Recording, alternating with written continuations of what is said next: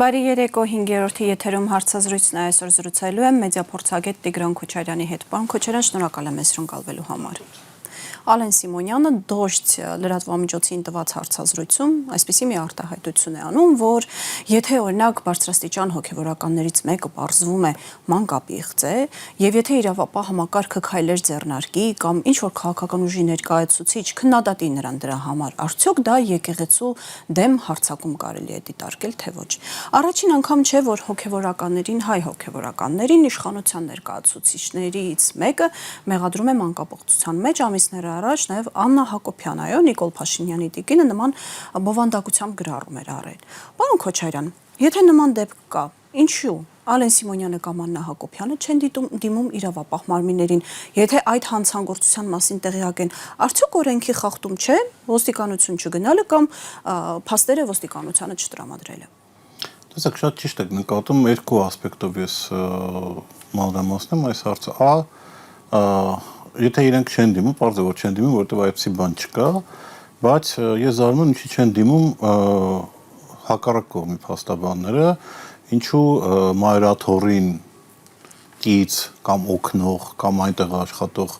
փաստաբանական խումբը դատի չի տալիս Ալեն Սիմոնյանին այսպիսի բանի համար։ Իրենք պետք է դիմեն ոստիկանություն եւ դատախազություն, որպեսզի այդ դեպքերը բացահայտվի, բ. Եթե այդպիսի դեպքերը չեն բացահայտվում, իրենք պետք է ուրեմն կեղծ բանի հիման վրա, դանոսի վրա թե ոնց է վկայության, թե բան Ալեն Սիմոնյանին ուղղակի պատասխանատվության ենթարկեն։ Քանի դեռ այս կողմը այսպիսի բան չի անում, Ալեն Սիմոնյանը կամ Աննա Հակոբյանը կամ ուրիշ ինչ-որ մարդիկ կարող են ասել այն ինչ որ ասում են, քանի էլ եմ ասում, իրենց պատասխանատվություն չեն կանչում։ Այսինքն այստեղ գնդակը ընդդիմության կողմն է եւ ընդդիմությունը պետք է առաջացնի այս process-ները, որովհետեւ մենք ի վերջո հնարավոր լինի պատասխանատվության բերել այդ մարդկանց, գոնե իրանք ասեցի պատասխանը տան։ Էլ եմ ասում, որևէ այդպիսի դեպք եթե լիներ, մենք կիմանանք դրա մասին, այս իշխանությունը չէր զլանա դա էլ հրապարակել, չգիտեմ կեղծված տեսանյութերով, ինչպես Արշակ Սրբազանի պարագայում կամ այլ ինչ-որ բաներով, բայց բացառում եք նման սցենարը, որ օրինակ նման կեղծված տեսանյութ դաշտում հայտնվի։ Եթե մինչ հիմա չի հայտնվել, այսքան գրոհից հետո իմ կարծիքով ոչ էլ կհայտնվի, իսկ յուրաքանչյուր այսօր երեկվանից հետո հայտնվող այդպիսի տեսանյութը պարզ է որ արդեն fake է լինելու, չգիտեմ, հայաստական բանականությամբ ստեղծված եւ այլն։ Այսինքն այս հարցը միանշանակ եմ ասում, այս հարցով պետք է զբաղվեն մայրաթորի իրավապաշտպանները։ Ես չգիտեմ իրենք ինչի մինչև այդ հարցով չեն զբաղվում, բայց իրենց անելիքն է։ Եթե չեն զբաղվելու, ես խորհուրդ եմ տալիս կաթողիկոսին փոխել այդ փաստաբանական խումբը, որովհետև բացի Միքայել Սրբազանին համոզելուց, որպեսզի ինքը վարչապետ չդառնա, այլ որևէ բանով իրենք դեռևս չեն հիշվում, էլի։ Պարոն Քոչարյան, միգուցե չեն ուզում այդ քայլին գնալ, որպեսզի էլ ավելի չսրեն, առանց ինչ պետք է սրեն, էլի, այսինքն միտեղ սրում են, միտեղ չեն սրում, էլի, այսինքն Սա ինչ կապ ունի ընդհանրապես եկեղեցի պետություն հարաբերությունների մեջ, եթե իրենք վախենում են ենթադրենք սրելուց կամ չսրելուց։ Արտահայտություն է եղել եկեղեցու ռեպուտացիային դիպչող, պետք է դրանով զբաղվել, եմ ասում։ Այստեղ բոլորս նստենք, ասենք, վայ, ես ինչ վատ բան ասել, վայ, սխալ բան ասել, ոչ սա կոնկրետ քրեական գործ է եւ այդ գործի հետևից պետք է գնալ։ Իսկ իրավապահ համակարգը կարձագանքի հաշվի առնելով այն վիճակը, որ հիմա իրավապահ համակարգը պարտավոր է արձագանքի եւ իրավապահ համակարգից արձագանքից էլ արդեն կերևա որը որից հետո եմ ասում, բայց եթե այստեղից նստած որևէ բան չանես, ասես վախ ես ինչ սխալ բաներ ա խոսում, այդպես չէ։ Եմ ասում, սա շատ լուրջ մեղադրանք է եւ այդ լուրջ մեղադրանքը կամ պետք է հաստատվի, իսկ իմ կարծիքով չի կարող հաստատվել, որովհետև եթե այդպիսի դեպք լիներ, արդեն մենք վաղուց կիմանայինք այդ մասին, այո։ Իսկ եթե չի հաստատվում, եւ խոսքը գնում են մայրաթորի մասին, Ալեն Սիմոնյանը խոսում են մայրաթորի ուրեմն հոգևորականների մասին, եթե չի հաստատվում, արդեն համապատասխան էլի քրեական վարույթներ պետք է հարուցվեն եւ թող արդեն այդ ժամանակ դատախազությունը կամ քչական այլ մարմինները հրաժարվեն վարույթ հարուցել ակնհայտ կեղծ ուրեմն ցուցմունքների կամ տեղեկատվության վրա։ Այսինքն պետք է ինչ-որ մի բան անել, որ ինչ-որ մի բանի մասին խոսալ։ Աննա Հակոբյանը, եթե չեմ սխալվում, խոսում էր թե եղբայրներ իր խոսում այլ թեմերում, կարծեմ Երուսաղեմի թեմի հետ կապված, դրանով պետք է Իսրայելի կառավարությունը զբաղվի, հա, առաջի հերթին, որովհետև այդ հանցագործությունը, եթե այն եղել է, ինքը տեղի ունեցել Իսրայելի տարածքում, դա որևէ կապ չունի Մայրաթորի հետ, հատկապես, չգիտեմ, Գարեգին երկրորդի հետ։ Դրա համար եմ ասում, այս հարցը որպեսզի լինի, ուրեմն պետք է քրեական գործ, պետք է դիմել դատարան, պետք է դիմել համապատասխան ուժերին, որ իրենք դա անեն։ Եվ ինչպես շատերներին նկատել նման դեպքերը, երկրորդը, եթե մենք խոսում ենք ամեն անգամ այս թեմայից եւ քրեական գործ կամ ինչ-որ հայցապահանջներ չեն ներկայացվում, մենք ուղղակի խաղում ենք իշխանության ուրեմն այսպես ասենք դաշտում, կոպիտ ասած, որովհետեւ մենք անվճար տարածում ենք մի տեղեկատվություն, որը խփում է Մայրաթորին։ Դրա համար այստեղ էլ բոլորս պետք է շատ ուշադրի լինենք այս թեմայի մեջ, այս թեմայով խոսալու ժամանակ չբացենք այդ Օվերտոնի պատուհանը եւ ավելի մեծ հնարավորություն չտանք Ալին Սիմոնյանին կամ այլ մարդկանց իրենց կեղծ ուրեմն ասացվածները ավելի շատ տարածելու, որովհետև եթե հիմա անդադ շրջանառվի թեման, որ չգիտեմ մանկապիղծներ կան եկեղեցականների մեջ, հետո շատ բարդ կներ մարդկանց հասարակ մարդկանց համոզել, որ այսպիսի թեման եղել է իշխանության կողմից արհեստականորեն ներդրված եւ այլն, որտեղ ինչքան շատ է խոսում այդ թեմայից, այդքան շատ այդ ազգաբնակությունը այդ որոշակի բանը զանգված է մտածել է դե եթե խոսում են, հա, ուրեմն տակը մի բան կա։ Դրա համար եմ ասում, այստեղ պետք է շատ կտրուկ աշխատի Մայրաթորի փաստաբանական խումբը, եթե չի կարողանում կտրուկ աշխատել, թե չգիտի ոնց է աշխատում, այլ լավ իրավաբաններ էլ կան, ոչ պակաս, ոչ ավել ոչ պակաս, բայց այն մարդիկ կան, որոնք հարաճիկով այդքան բանը կանեն։ Դրա համար այս թեման իմ կարծիքով պետք է ավարտվի ոչ թե քննարկումներով, այլ պետք է ավարտվի կոնկրետ փաստաբանական կոնկրետ գործողություններով։ Պարոն Քոչարյան, տեսեք, Արշակ Սփազանի մասով 3 տարբեր երկրներից, ինչպես հայտարարեց նրա փաստաբան Արսեն Բաբայանը, փորձաքննության արդյունքները եկել են, այդ տեսանյութը իրական չէ, ոչ մի կերպ չեն կարող իդենտիֆիկացնել Արշակ Սփազանի հետ, այսինքն փաստացի հաստատվեց այն տեղեկատվությունը, որ դա արհեստական բանականության միջոցով գեներացված տեսանյութ էր։ Այնուամենայնիվ, դուք էլ նշում եք, որ պետք չէ այդ թեզերը քննարկել, որովհետև դրանք տարածում են, այնուամենայնիվ իշխանական քարոզչամեքենա, որը բավականին հուշկու է, լավ աշխատում է, ագրեսիվ է աշխատում։ Այստեղ խնդիրը միայն եկեղեցու վարկանիշը գցելն է, թե նաև մարդկանց գիտակցության մեջ են որոշակի կարծրատիպեր ստեղծում։ Այդ նմանատիպ թեզերի տարածումը, եթե դիտարկենք հանրության վրա, սոցիումի վրա ազդեցության տեսանկյունից, ինչ խնդիր են լուծում։ Խնդիրը լուծում, որ ժողովուրդը հետ կանգնի հայ-առաքելական եկեղեցուց, որտեղ ոչ մի դրական բան չկա, որտեղ միայն այսպես ինչ որ հանցագործ տարեր են ըստ իշխանության, որտեղ դու գնում ես, չգիտեմ, մարդու ձեռք ես սեղմում, որը եկեղեցական բոլոր կանոնները խախտումներով այնտեղ ծառայում եւ այլն, այսինքն հետ կանգնեցնել ժողովրդին եկեղեցուց, որովհետեւ եթե էլի պահ կա, որ եկեղեցին նեղ վիճակի մեջ հայտնվում է, որ մարդիկ ուղղակի այնտեղ չգնան, որովհետեւ մտածեն դե եթե իրենք բոլորը հանցագործ պիղծ են եւ այլն, ինչպես պետք է գնամ իրենց պաշտպանեմ, այսինքն այս քարոզչությունը, որը ընդ որում ասեմ 18 թվից չի որ գնում է, հա, բավականին երկար ժամանակ է գնում եկեղեցու դեմ, որոշակի զանգվածի վրա, հա, որոշակի ազդեցություն թողում է, դա կարելի է մեկնաբանությունից տեսնել եւ չգիտեմ հասարակ ոչ այդքան կրթված ժողովրդի ընկալումներով, որոնք երևի եկեղեցի որոշակի ձև աշխատել, ընդ որում ես ասեմ,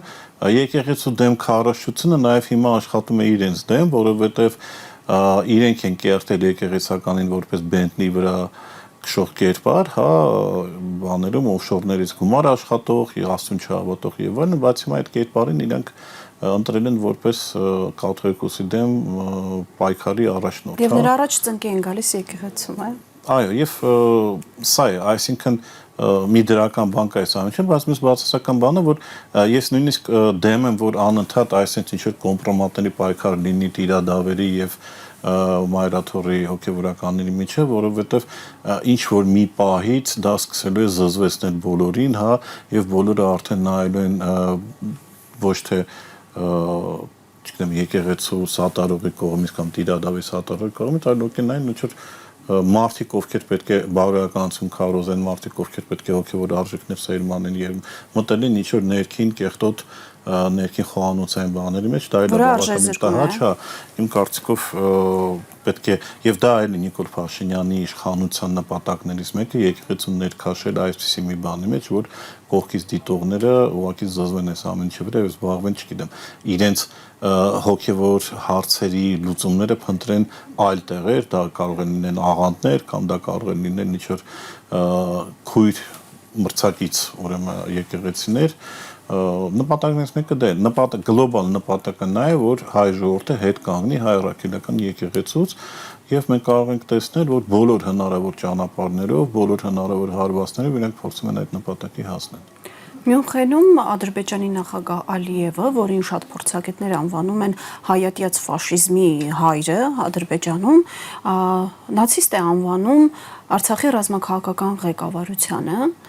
եւ ասում է, որ նմանների պարագայում չի կարող խոսք գնալ նրանց հայրենիք հետ վերադարձնելու մասին։ Միևնույն ժամանակ Նիկոլ Փաշինյանն իր հարցազրույցում ծայրահեղ իսլամիստ ահաբեկիչ կազմակերպությունների հետ է համեմատում մայրաթոռն ու հայ հոգևորականությանը։ Զուգահեռներ են սրանք, թե պարզապես սուտ պատահական ձևակերպումներ, պարոն Քոչարյան։ Չէ, ձևակերպումները մի տրամաբանություն ունեն, այն տրամաբանությունը փորձել դիմացի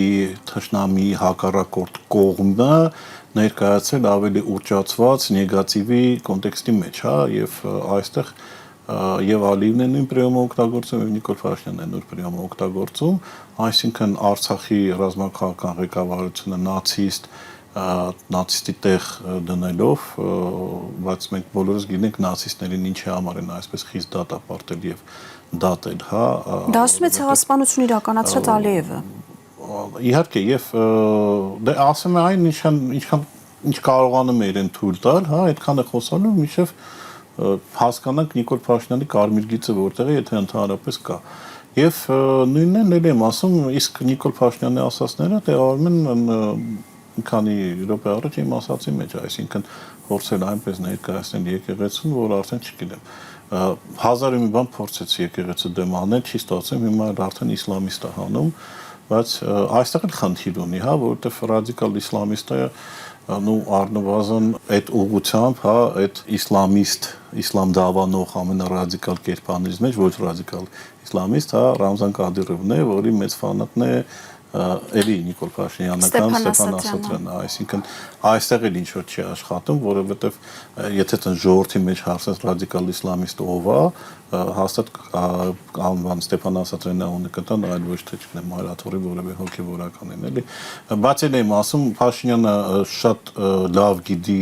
մանիպուլյացիայի, ապատեղեկատվության պրիոմները եւ ինքը ինչ է անում, ինքը անընդհատ ինչ որ բան նետում է դաշտ, հա, եւ դու անընդհատ պետք է հետևից վազես, ինչ որ ձևի բան անես, իր օրակարգը կոպիտ ասած սպասարկես, էլի։ Դե այսպիսի կարծիքներ են հնչում, որ սա ուղղակի օրակարգ է ստեղծում, ժողովրդի ուշադրությունն է շեղում շատ ավելի ցավոտ զիջումներից,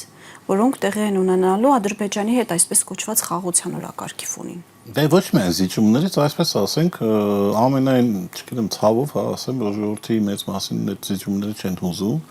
հա, բայց օրինակ այս վերջի շեղումները օրինակ ասֆալտի թեմայից կարելի ասել շեղում են, որովհետև Փաշինյանը Արցախը, այսպես ասենք, ժողովրդի մի մասի ենթագիտակցության մեջ Արցախը փոխեց լավ ասֆալտով, հա, որովհետև մենք տեսնում ենք, որ հիմնական ուրեմն ինչ որ նիկոլականները ասում են, հա, երբ որ ուզում են պաշտպանել Նիկոլին, ասֆալտից են խոսում, փաստացի ասֆալտն էլ հալվեց գնաց ձյան հետ, հա, եւ իր ամենահամոզիչ PR գործիքը հիմա չի աշխատում, դրա համար, չգիտեմ, միացրել են այլ թեմաներից են փորձում ինչ որ բան անել, որպեսզի ժողովրդին զբաղեցնեն, բայց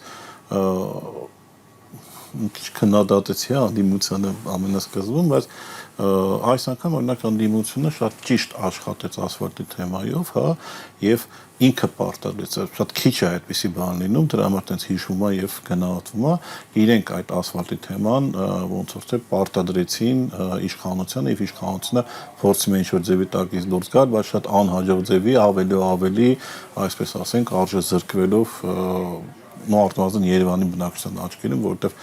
այսպիսի տգետ արդարացումները նախկինների դրած ասֆալտնա կամ չգիտեմ աղա ու ավազն են բան արել փչացել այս ասֆալտը բան չի աշխատում։ Էլ եմ ասում, այստեղ տոտալ ֆիասկո է գնում, PR ֆիասկո է գնում իշխանության մոտ եւ դրա համար ինքը փորձում է որոշակի ձևով փոխի այս բաները։ Ցավալի զիջումների պահով էլ ասեմ, որ ինձ թվում է մինչեւ հունիս այդպիսի բան չի լինելու, որովհետեւ ընկեր Ալիևը, Փաշինյանի եւ ընկեր Էրդողանը իրենք թույլ չեն տա, որպեսզի անդիմությունը կարողանա եւս ինչ-որ մի արգումենտ ունենա անդրությունների ժամանակ Փաշինյանի դեմ, դրա համար փորձելու են այսպես սաղացնել մինչև ընտրությունները, մինչև ստացվի։ Նույնն էլ ես ասեմ եկեղեցու հետ կապված լինելու իմ հաշվարկներով մոտարապես մոտակա շաբաթները այս ագրեսիվ գրոհները դադարելու են, որովհետև ժամանակ չունենա Փաշինյանը արդեն դրանով զբաղվի, արդեն նախընտրական պայքարը լինելու եւ այլն, եւ մինչեւ հունիս ինձ թվում է եկեղեցին ինչ-որ չափով հանգիստ են թողելու, բայց եթե Աստված չտա հունիսին ինքը վերարտադրվի, այստեղ ես կասեմ, որ ամենավատագույն սցենարները, որոնք կարող ենք մենք մտածել, նույնիսկ ամենատենց абսուրդային նույնիսկ հասնող ինչ-որ բաներ, ինքը արդեն կիրառել է, որտեղ այդ ժամանակ եւ արդեն իրենք ասում են, ինքը մանդատ կունենա, անելու այն ինչ անում, ինքը մանդատ կունենա ասի, որ այս Արցախի էջը վերջնական փակել եմ, որտեղ 21 թվականին ժողովուրդը այդ մանդատը իրան չի տվել, ինքը մանդատ կունենա եկեղեցու դեմ ամենաստորագույն քայլեր կատարելու եւ կաթողիկոսի, որտեղ կասի տեսեք ժողովուրդը փաստացի իմ պայքարը եկեղեցու դեմ արդարացրեց։ Դա նկատի ուներ, երբ հարցազրույցի ժամանակ ասում էր, որ եկեղեցու հետ իր կապված քայլերը դրանք պետք է ունենան հանրության կողմից լեգիտիմություն։ Ինքը հիմա մանդատ չունի, ինքը ոչ ժողովրդի մանդատ ունի, հա, որտեղ ժողովրդի մեծամասնությունը չկանգնեց իր կողմը, եւ ինքը եկեղեցու ներսում մանդատ չունի։ Իսկ որ արդեն այս ամեն ինչով իր հակաղարաբաղ, հակաարցախյան, հակաեկեղեցական, գլոբալ առումով հակահայկական, հա, այս պահվածքով, եթե ինքը գա իշխանության եւ վերընտրվի, ապա իր ձեռքերը ազատ կլինի եւ իր սիրած բանով կասի, սա ժողովուրդը մանդատ տվել է, որ մանդատը տվել է, ես այսպեսի բան անեմ եւ այդ ժամանակ արդեն համոզված եմ, որ ինչպես հիմա են փոշմանում մի մասը, որոնք Փաշինյանին ձայն են տվել, այն ժամանակ էլ են փոշմանելու, բայց բավականին ուշ է լինելու ու այդքան էլ լավ չի լինելու։ Նաև իրենց համար։ Նաև իրենց առաջերտին իրենց համար, որտեղ ես ձեզ այսպես ասեմ, այն մարդկանցից, ովքեր տուժել են այս կամ այն ձևով, այս 7-8 տարիների մեջ, հա, ըստվար մեծամասնությունը եկել է Նիկոլ Փաշինյանի աջակցողները, եւ մենք կարող ենք տեսնել, որ ամեն օր, ամեն ամիս այդ բանակը շատանում է, որովհետեւ մի մասին տուգանքի մատերիալ են սարքել, մի մասին չգիտեմ, իրենց հավատքին են դիպչել, մյուս մասին իրենց բիզնեսին են դիպչել, մյուս մասի մեքենայի անիվներն են պայթում փոսերի մեջ, մյուս կողմից էլիտար շենքերի խնդիր կա, էլիտար այսպես կոչված, հա, որտեղից արդեն աբլիցով կանա թափվում, չգիտեմ,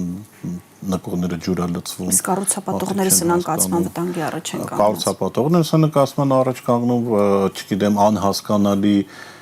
շինթույլտվություններ են տրվել, քաղաքի այսպես ասենք ջրի եւ կեղտաջրի հեռացման խնդիր է ունենալու, հա, որտեվ կառուցում են միտեղ բաց հին խողովակների վրա եւ սա ել եմ ասում յուրաքանչյուր օր Փաշինյանից նեղված էլի ինչ որ մարդիկ են առաջանալու եւ իրենք շատ են լինելու եւ դրա համար ել եմ ասում հունիսին եթե հանկարծակի Փաշինյանը վերարտադրվելու է այն մարդիկ օրինակ որոնք չէին պատկերացնում որ կարող է մի օր ադրբեջանցիների հետ կողքի ապրեն, հա, կարող է հայտնվեն ոչ այնքան ցանկալի այդ իրականության մեջ, այո։ Հայտնվում է այդ իրականությունը, ես չգիտեմ, գիտեք ոնց է հետագայում լինելու, բայց Ալիևը շարունակում է ադրբեջանցիների վերադարձի հարցը բարձրացնել անընդհատ։ Հորինովի վերադարձի։ Եվ ես այսպիսի դիմադրություն չեմ տեսնում, շատ հավանական է ենթադրենք նույն Վեդի քաղաքը, հա, ինչ է Վեդի քաղաքը ասում, որովհետև այնտեղ քաղաքապետը կարծում Գարիկ Սարգսյանն է, չէ՞, կարգառուն մի օր Վեդի բնակիչներին կասեն, կներեք մինչև 88 թիվը դուք այստեղ չեք բնակվել, հա, այստեղ բնակվել են ադրբեջանցիները։ Իսկ ձեր տները պատկանում են նրանց։ Տները պատկանում են իրանց, ոնց որ իրանցի ժողովրդին մեկին խաբելով, մեկին ստիպելով, մեկին գումար տալով եւ այլն ստիպեցին հրաժարվել իրենց սեփականությունից եւ իրենց տներից, այստեղ նույնիսկ դրա հետևից էլ չեն գնա, ասեն իրենց տներն է, որտեղ ուզում եք գնացեք, ինչ ուզում եք կարեք, էլի կամ չգիտեմ լքված գյուղեր կան որոշակի, որոնք ժամանակին եղել են ադրբեջանաբնակ, կանգնենք ասեն, չգիտեմ Գորշ անգույն գյուղեր են դարել ձեր ձեռը, եթե այդքան լավն են այնտեղ ապրեիք, հա, արգելված չի տներ գնել այլ երկրների քաղաքացիներին Հայաստանի տարածքում եւ այն process-ը բավականին արագ գնա այդ գլխներին են տալու ել եմ ասում բայց արդեն ուշ է լինելու դրա համար իմ կարծիքով այդ մարկանց հետ պետք է բացատրվի ինչեր կարող են լինել, ինչ է եղել եւ ինչեր կարող է լինել, ընդհանրապես շուրնուխի բնակիչների օրինակի վրա, հա, որ բայց դա սխաղեցին, այնտեղ էլ մարդիկ կան, որ մինչեւ հիմա քիչ է սակավաթիվ են, բայց մարդիկ ընտրել են, բայց հիմա իրենք ընտրել են այդպիսի ապագան, որը դեռևս կարող է որոշակի խաղաղությամբ լինի, բայց այն ժամանակ, երբ որ Ադրբեջանը հասկանա, որ ուղղակի այլևս Հայաստանը որևէ դիմադրողականություն չունի, հա, արդեն ինքը կանցնի այն նրան, իրենք եւ թուրքերը ինչի մասին են գերազում են տասնյակ հարյուրավոր տարիներով, հայկական էլեմենտը ընդհանրապես մաքրել հայկական բարձրավանդակից։ Եվ սա ել եմ ասում ապոկալիպտիկ սցենարներ չեն, որովհետև մենք տեսնում ենք, որ ժամանակին ինչ որ մեզ սպառնացել է Ալիևը, նա քայլ առ քայլ այդ ամեն ինչը իրականացնում է։ Ես հիշում եմ 21 թվականի ընտրությունից առաջ տեսահոլովակ կար, որ ադրբեջանցի ոստիկանը կանգնացնում է հայ վարորդին եւ տուգանում է իրան։ Գորիս Կապան ճանապարհը հիմա այդպիսի վիճակով է Գորիսից Կապան հին ճանապարհով այլևս անհնար է անցնել, որտեղ առանց սահմանազատման Նիկոլ Փաշինյանը որոշեց, որ Էյվազլի եւ չգիտեմ ոնց է կոչվում կետը, այնտեղ արդեն Էյվազլի եւ այնտեղ ես հայերեն անվանումներով գիտեմ։ Դավիթ Բեկի մոտ էր, մեկ էլ այդ բանի մոտ էր, այսինքն այդտեղ արդեն ադրբեջանցիք դրել իրենց պոստերը եւ հայերը այլևս այնտեղով չեն շարժվում։ Իդեպ բավականին միջադեպեր եղան ադրբեջանցիների հետ, մինչև վերջնական ադրբեջանցիների հա, բայց ելի ասում, այստեղ գիտեք որն է, որ այստեղ էլ առանց բանի է սահմանազատմանը որոշել Նիկոլ Փաշինյանը, որ այնտեղ պետք է դա ադրբեջանցիների տարածքը եւ իրենց պետության հետ, պետականության հետ են իրենք ասոցացնում։ Ես ուղղակի բնակչությանը կարող եմ զգուշացնել, որ այդպիսի կետերը շատ ավելի շատ տեղեր են լինելու եւ չգիտեմ, այն մարդիկ, որոնք հիմա ինչ-որ բաներից խոսում են, մեծ փորձում են բանան, ել եմ ասում, իրենց զգալի են բավականին նվաստացված, ինչ որ արդեն ժամանակին եղել է մինչև 88 թվական Հայաստանի տարբեր մարզերում, որտեղ ադրբեջանցիները մեծամասնություն էին։ Այն ժամանակ գոնե սովետական միության երկաթյա բռունցքը կար վերահսկող։ Այն ժամանակ սովետական միություն կար, բայց ամեն դեպքում այդ միջադեպերը կային, այդ չասեմ Արցախի բնակիչների մասին, այդ չասեմ Դաշտային Արցախի բնակիչների ինչեր էր կատարում, Չարդախլու գյուղի հայտնի պատմությունները երեխաների հետ կապված, Մարտունի, Ասկերանի բախումները ադրբեջանցիների հետ, այսինքն այսպես թե այնպես այդ ամեն ինչը լինելու է եւ մի հատ էլ շատ ված ապոկալիպտիկ բան կասեմ, միգուցե արդեն ժամանակն է լինելու ստեղծելու Հայաստանի հայ համայնք այն ժամանակ։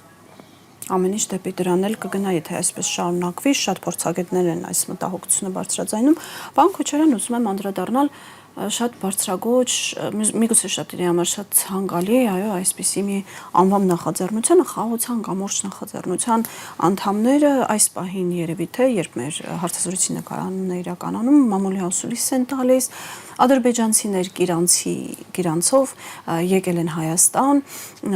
այսպես ինչ-որ քաղաքասարակության շփումներ, նրանցից մեկն էլ Հանրապետության հրապարակից տեսանյութ է հրապարակում իր բարեկամներին կանչում է արևմտյան Ադրբեջան գալ, որովհետև այստեղ հանգիստ է, հաճելի է։ Ինչի մասն է այս գործընթացը, քաղաքասարակությունների միջև,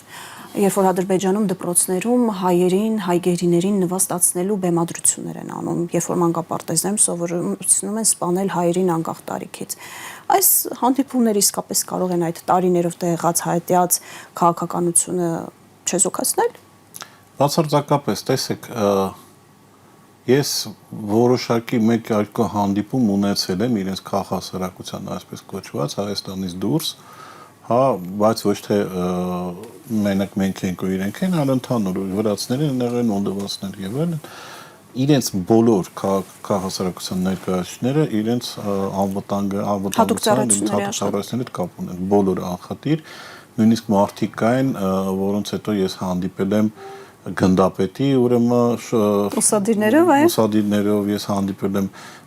մարդկանց, ովքեր գնացել են եւ ճանապարհ են փակել, ես հանդիպել եմ մարդկանց, ովքեր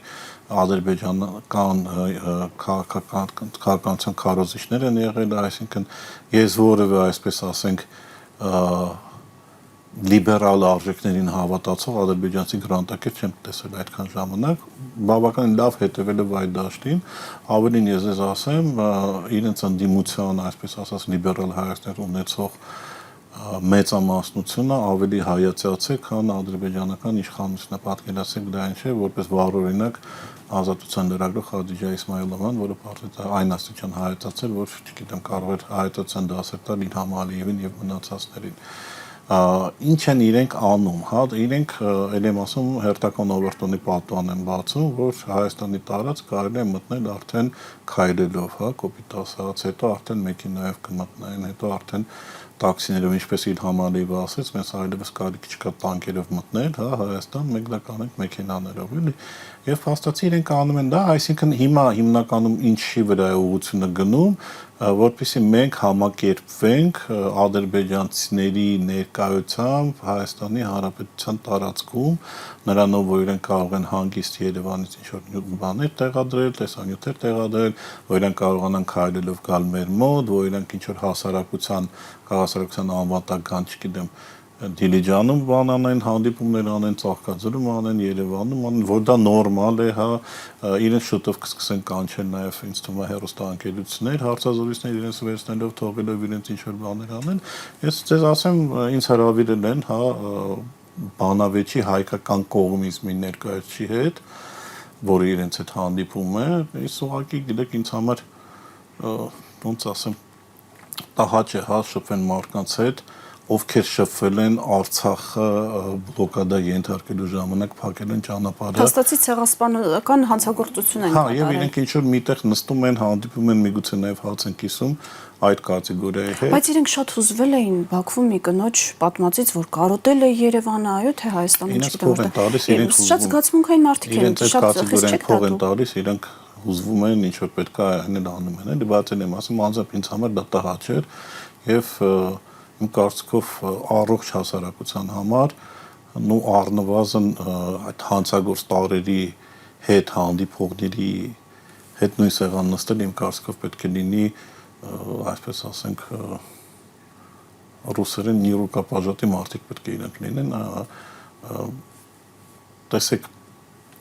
կան բազմաթիվ ադրբեջանցիներ, որոնք հոգնած են Ալիևից, որոնք ոչ պատերազմ են ուզում, որոնք խաղաղություն են ուզում, կամ հասկանում են ինչ է կատարվում Արցախի համար չեն ուզում պայքարեն, հա, ամեն մեկը իր դարտով բազմաթիվ են, ես շփվել եմ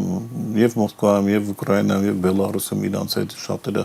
ասել են, որ մենք օգնել ենք մեր ռեժիմից, մենք էլ ձեր նման, չգիտեմ, մարդիկ ենք, երկու ոտ ունենք, երկու ձեռ ունենք եւ այլն, այդ մարդկանց հետ շփում չի լինում։ Ես կեղծ բաները խաղաղասեր գրանտակեր կազմակերպիչները ես հիշում եմ 2002 թվականից ես հետևում եմ իրենց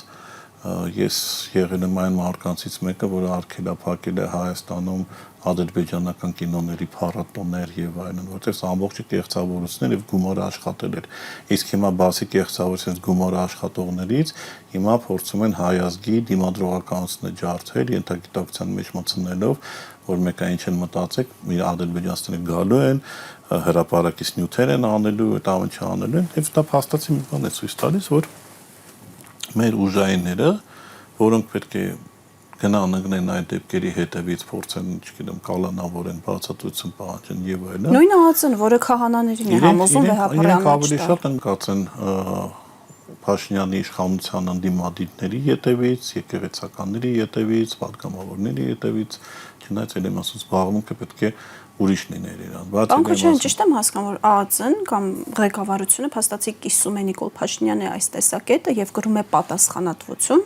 այն ամենի համար, ինչ լինելու է մեզ հետ։ Ես այսպես ասեմ, եթե ինքը չկիսեր Փաշինյանի կարծիքները, Փաշինյանը հիմա այլ տեղում կլիներ, այլ ոչ թե բան իշխանության գլխին կլիներ, բայց երևի կիսում է, երևի իրենց ձեռք է տալիս եւ չեմ ուզում մեկնաբանել, միշտ ցավով եմ վերաբերվում, հա, այն ինչին հասցրել է ինքը ուժային կառույցներ, ավելին ձեզ ասեմ, ԱԱՑ-ից բազմաթիվ մարդիկ են դուրս եկել, հարյուրներով, այսպես ասենք, եւ ԱԱՑ-ից եւ ոստիկանությունից, որոնք չեն ուզում գնա, չգիտեմ, կաթողիկոս կալանավորել, որոնք չեն ուզում գնա սրբազաններ կալանավորեն, որոնք չեն ուզում գնան անմեղ մարդկանց գլխին ինչ-որ գործեր սարքել, բայց ցավոք սրտի կան մարդիկ, ովքեր դա հաճույքով անում են, եւ կա դատավոր, որը կարողանում է կաթողիկոսի վրա քրեական գործառույթի մի բան անի, որը նույնիսկ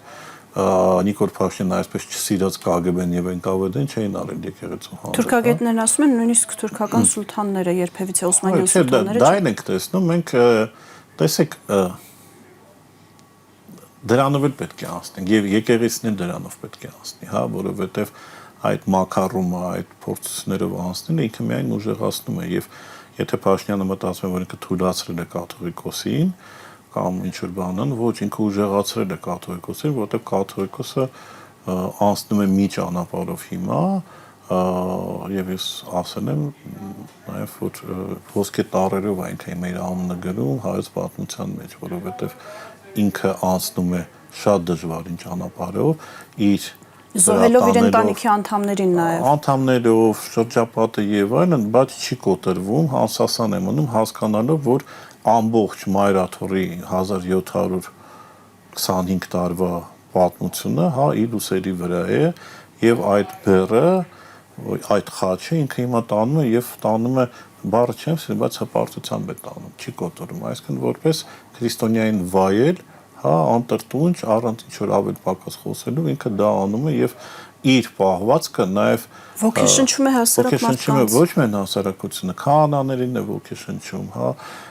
եպիսկոպոսներին է ոգեշնչում, իրանք տեսնում են, որ եթե կաթողիկոսը այսքան իր դեմ գրողներով հանդերձ, հա, անցնում է այդ ճարը չի բանանում կոտրում, չի հանձնվում, եկեղեցին չի հանձնում, չգիտեմ Փաշինյանենց կամ չգիտեմ այդ աղանդավոր ինչ-որ կառույցներին, իրենք են մտածում եւ ելի եմ ասում, այստեղ մենք տեսնում ենք իրոք քրիստոնյային վայել բարգագից, հա, այն ինչ որ մենք քրիստոնյային պատկերացնում ինչպեսին պետք է լինի, անկախ նրանից դա հասարակ մարդ է, թե դա բարձրաստիճան եկեղեցական է, մենք տեսնում ենք այդ պահվածքը, որովհետեւ Փաշինյանենք իրենք այլ պրինցիպներով են ապրում, իրենք երկրային մարդիկ են։ Իրենց երկրային կյանքը ավարտվում է իրենց մահանալով ըստ իրենց, հա դրա համար փորձում են ինչքան մաքսիմալ վատ բան կա կամ չգիտեմ անել որպեսզի այս կյանքում հասցնեն վայելել ամեն ինչ։ Բայց եկեղեցականները կամ հավատացան մարդիկ, գաղափարով մարդիկ, իրանց համար այս երկրային զրկանքները առ ոչինչ են, ավելին իրենք ավելի են մոտեցնում Աստծուն, հա, երկնային կյանքում եւ ավելի են իրենց ուժեղացնում, իրենց շմեր, հա, Աստծո աչքերի առաջ դրա համար քարկոծելով եւ հալածելով իրենք հակառակ էֆեկտն են ստանում։ Իրենք պարզապես չգիտեն հոգեվորականների կոչումը որն է կամ հոգեվորականության իմաստը։ Իրենք չգիտեն, որովհետեւ իրենք կիլոմետրներով այդ ամեն ինչից հեռու են, հա, բայց ել եմ ասում, իրենք իրենց վարքագծի, ինչպես բոլորն են ստացել եւ բոլշևիկները, հա, որոնց իրանք հայհոյում են, բայց բոլշևիկների նման են իրանց պահում եւ չգիտեմ եկեղեցու տվեցին անցան շատերի ձևակերպման 1725 տարվա մեջ բազմաթիվ են եղել գրողները, եկեղեցու դեմ հակաթորներ են եղել, Պավլիկյաններ են եղել, Ազատ եկեղեցի շարժում է եղել, դեպի ասում են շատ նման է շարժմանը։ Չկան։ Բայց այստեղ էլ եմ ասում, այստեղ կաթողիկոսի պահվածքն է ամենակարևորը, որովհետեւ եթե կաթողիկոսը եթե նույնիսկ արդեն չեմ ուզում ասում, կամ կաթողիկոսը այսպես է իրեն պահում եւ չի հանձնում եկեղեցուն այս հոշոտմանը, հա, մեր եկեղեցին գոյատևել։ Իրենք կարող են կալանավորել կաթողիկոսին, հա,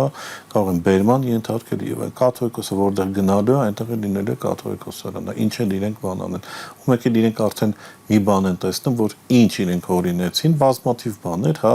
այդ գանձագող են, այդ չգիտեմ KGB-ն, LDS-ի միջը հազարը մի բան, հա, իրենք արեցին, որևէ բան չաշխատեց, ավելին Արշակ Սրբազանի գործով հիմա հայտարարք են լինելու, եթե վերադառնալով հաղորդման սկզբին, եթե փաստաբանական խումբը հայցերը հարուցի այդ ապատեգատության մասին, բավական ավելի վատ վիճակի մեջ են ընկնելու, որ դեմ ասում հաշվառները, որ հիմա ընտրություններն են դեմը լինելու, իրենք կամ պետք է ընտրեն ընտրություններով զբաղվեն, կամ եկեղեցով զբաղվեն, եկեղեցով զբաղվելը իրենց համար անընդհատ ավելի շատ մեծ խնդիրներ է առաջացնում։ Պարոն Քոչարյան, շնորհակալ եմ հետաքրքիր զրույցի համար։ Ամենայն հայության հայրապետին մաղթենք համբերություն, այսօրվա համար այսքանը, կհանդիպենք վաղը։